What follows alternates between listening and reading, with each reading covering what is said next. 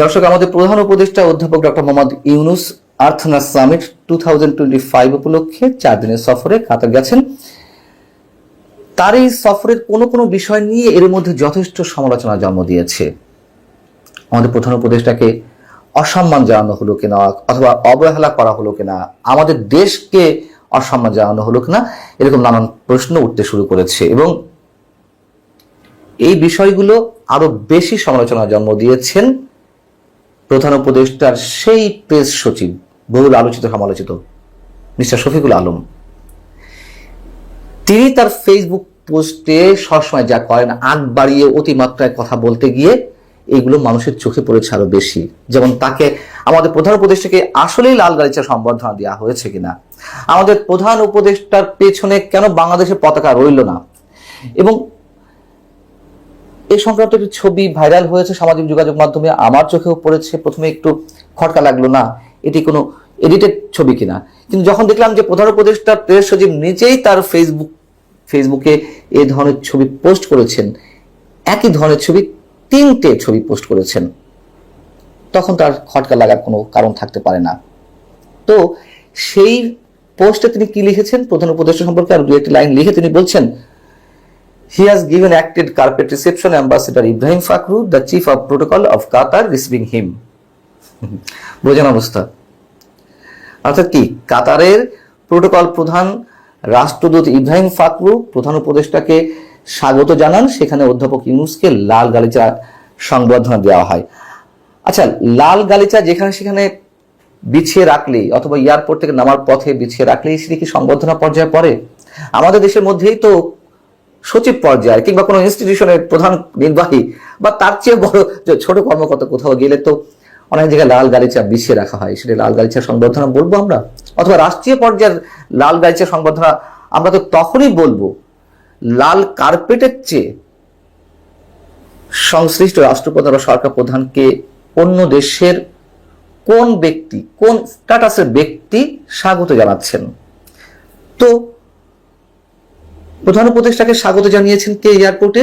সে দেশের প্রোটোকল প্রধান ইব্রাহিম ফাখরু। ইব্রাহিম ফাখরু তো নিঃসন্দেহে মন্ত্রী পরিষদের কোনো সদস্য নন, তিনি কর্মকর্তা পর্যায়ের একজন লোক সরকারের। তার স্ট্যাটাসটি কি হতে পারে? যুগ্ম সচিব, অতিরিক্ত সচিব, খুব বড় জোর সচিব ধরে নিলাম।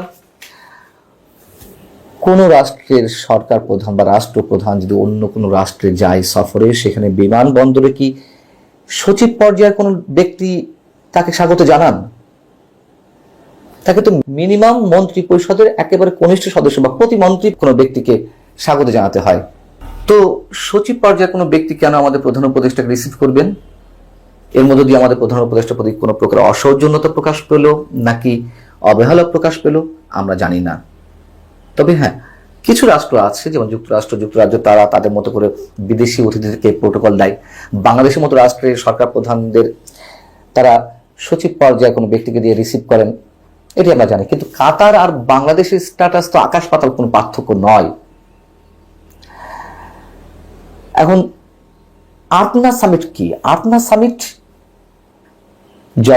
জলবায়ু বিষয়ে এবং আরো কিছু উদ্ভাবনী বিষয়ে বিশ্বের বিভিন্ন দেশে এক্সপার্টরা এক হয়ে আলোচনা করেন এবং পরবর্তী করণীয় সম্পর্কে তারা নানান ধরনের অভিমত দেন। সেখানে আমাদের স্পিকার হয়ে গেছেন আমাদের প্রধান উপদেষ্টা, এবং প্রধান উপদেষ্টার প্রেস উইং থেকে বলা হচ্ছে যে তিনি কাতারে আমিরের আমন্ত্রণ পেয়ে গেছেন। হতে পারে, কিন্তু এটি কি রাষ্ট্রীয় সফর যেটি বলা হচ্ছে? রাষ্ট্রীয় সফরের তো কিছু নর্মস থাকে, সেই জায়গা থেকে প্রশ্নগুলো তুলছি। মিনিমাম একটি বৈঠক হতে হয় ওই রাষ্ট্রের প্রধানের সঙ্গে। কাতারের আমিরের সঙ্গে আমাদের প্রধান উপদেষ্টার বৈঠকটি এখনো পর্যন্ত কনফার্ম নয়, কবে হবে তাও নিশ্চিত নয়, 22 তারিখ বা 23 তারিখ হতে পারে। তাহলে এটি রাষ্ট্রীয় সফর আমরা কতখানি বলতে পারি? এবার আসি পতাকার বিষয়ে।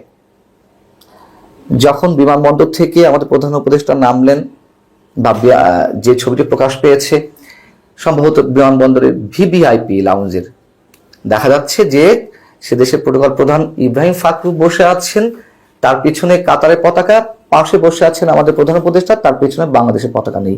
কেন? এটা তো সেই দেশের রাষ্ট্রীয় আচার। এটা তাদের দায়িত্ব। আচ্ছা, ধরে নিলাম তারা ভুলে গেছে বা যে কোনো কারণে হয়নি, কিন্তু সেখানে তো আমাদের অ্যাম্বাসি রয়েছে।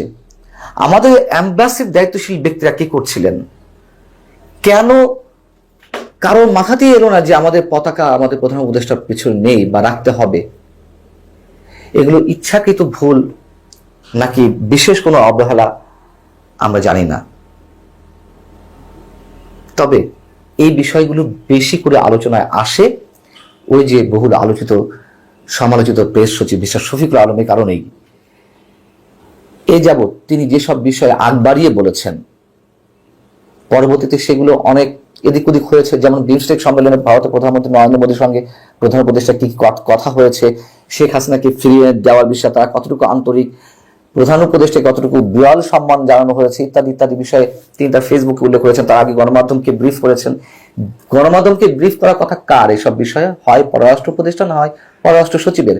আমরা দেখলাম দিনের পর দিন এইসব বিষয়ে কথা বলতে লাগলেন প্রেস সচিব। ইভেন তার ফেসবুক স্ট্যাটাসে এগুলো তুলে ধরলেন, যার ফলশ্রুতিতে কি হলো, ভারতের বিভিন্ন গণমাধ্যমে সে দেশের কূটনৈতিক সূত্রে বরাত দিয়ে নেগেটিভ রিয়াকশন তুলে ধরা হলো। এবং পরবর্তীতে প্রমাণিত হয়েছে ভারতের যে পরবর্তী কর্মকাণ্ড বিভিন্ন পর্যায়ে প্রেস সচিব যেসব কথাবার্তা বলেছেন তা যে একেবারেই তার উল্টা ঘটেছে সেটা আমরা দেখেছি। এই জন্যই অনেকে এখন বলছেন যে এই প্রেস সচিব উনি কি তার জ্ঞানের অভাব থেকে নাকি ইচ্ছাকৃতভাবে তার প্রোপাগান্ডা মেশিন দ্বারা এইসব প্রচার করেন, আর যে কারণে প্রধান উপদেষ্টাকে মাঝে মাঝে ছোট হতে হয়, অথবা মাঝে মধ্যে সরকারকে বিপদে পড়ারও আশঙ্কা থাকে।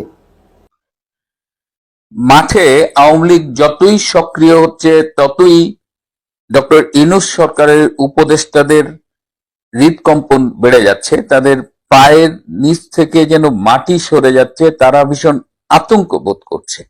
এই অবস্থায় তারা স্বরাষ্ট্র উপদেষ্টাকে অনুরোধ করেছে যেন আওয়ামী লীগের বিরুদ্ধে কিছু একটা করা হোক, কারণ এভাবে যদি আওয়ামী লীগ রাজপথে সক্রিয় থাকে এবং বর্তমানে আওয়ামী লীগের সাধারণ মানুষের মধ্যে যেভাবে জনপ্রিয়তা বাড়ছে তাতে রীতিমতো আতঙ্ক বোধ করছেন তারা। সেই প্রেক্ষিতে 2-3 দিন আগে স্বরাষ্ট্র উপদেষ্টা লেফটেন্যান্ট জেনারেল অবসরপ্রাপ্ত জাহাঙ্গীর আলম চৌধুরী পুলিশের ঊর্ধ্বতন কর্মকর্তাদের সাথে একটি মিটিং করেছিলেন এবং তিনি পুলিশকে নির্দেশ দিয়েছেন যেন আওয়ামী লীগের কোনো অবস্থায় কোনো নেতা কর্মী মিছিল না করতে পারে, কোনো অ্যাক্টিভিটিস না করতে পারে এবং মিছিল করলেই যেন অ্যারেস্ট করে।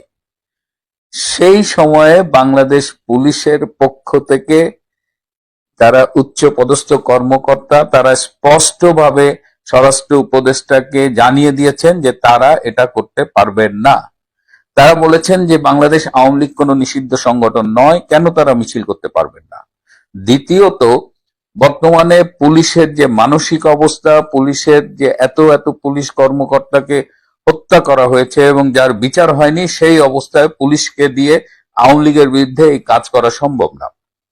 তৃতীয়ত, তারা আরো বলেছে যে আপনারা আজ সরকারে আছেন, কাল নেই, আপনারা সরকারে থাকতে পুলিশকে নানানভাবে ব্যবহার করবেন এবং আপনারা যখন চলে যাবেন তখন কিন্তু এই পুলিশকে বিপদে পড়তে হবে। সুতরাং তাদের পক্ষে আওয়ামী লীগের এগেইনস্টে এভাবে কোনো ব্যবস্থা নেওয়া সম্ভব নয়।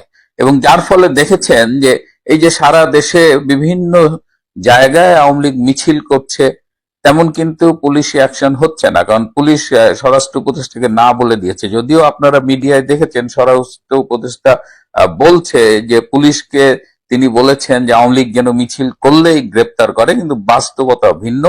আওয়ামী লীগ হয়তো হাজার হাজার লোক মিছিল করছে, হয়তো 5-6 জন বা 10 জন বড়জোর গ্রেপ্তার হচ্ছে।